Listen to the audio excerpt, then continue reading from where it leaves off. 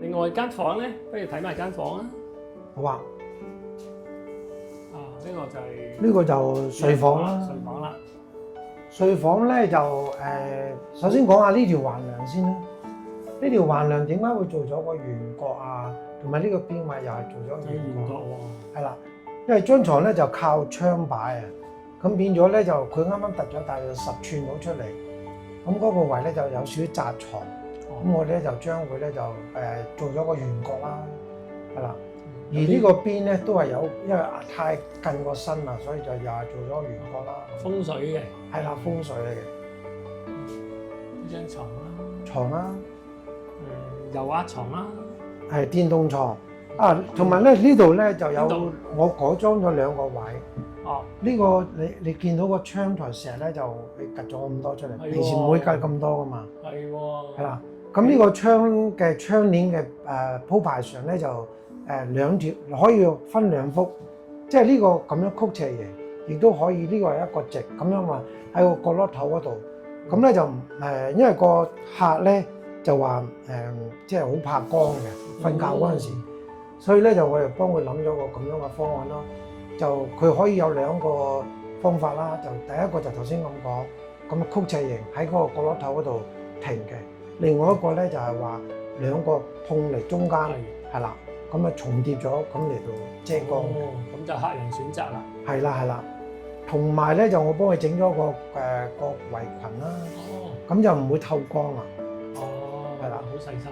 係啦，同埋而家呢度咧就因為張床褥佢而家仲瞓翻舊床褥，所以仲有啲空，即係吉位喺度。係。啊，咁呢個咧就遲啲就會做一個床褥之外嘅一個訂製一個細嘅床褥。係啦，就多啲地方。係啦，cushion仔咁樣樣咯，係啦。呢個電動嘅油壓床係啦。點用嘅咧？可唔可以介紹下？呢個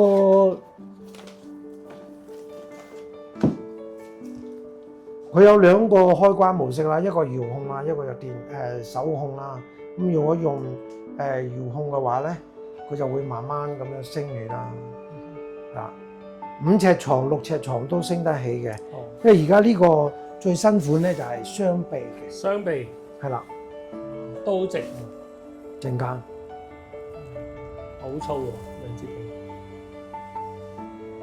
呢個同以往嘅舊嘅單臂式嘅分別咧，就係話而家因為靠長咗之後咧，就呢個位置咧就好好用啦。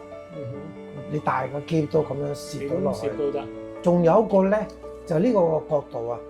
而家呢個角度咧，比以前單臂嘅咧就斜多咗少少。哦。單臂係矮大約嘅咁多嘅，4寸度啦，矮啲嘅。係啦，咁你攞嘢嘅時候，攞嘢就好。係啦係啦係啦，而家就個角度會高翻少少咯。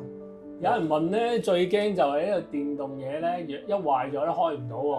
係。咁呢個會唔會有呢個問題？如果壞咗點算？首先係咩問題咧？就壞咧，就可能個遙控搖唔到。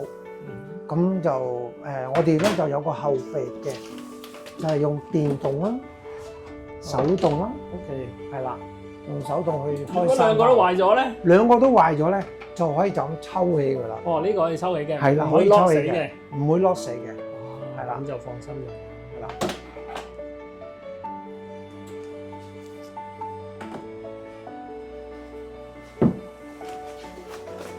咁我哋呢個位咧就床嗰度咧就整咗個搭腳位啦，係啦，有少少日式咁樣樣，有燈啦下邊，係啦，2行燈，有啲 R 位啦。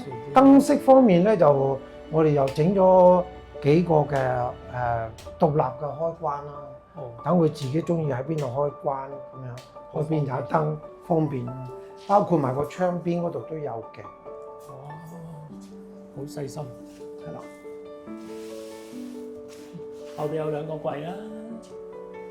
哦，係呢個咧就由於呢個佢哋嘅預算有限啦，咁咪又有啲用翻啲舊櫃，咁佢本身唔夠入唔到啊，我哋幫佢改咗佢啦，改翻矮佢，咁就用到啦，用得翻，係啦。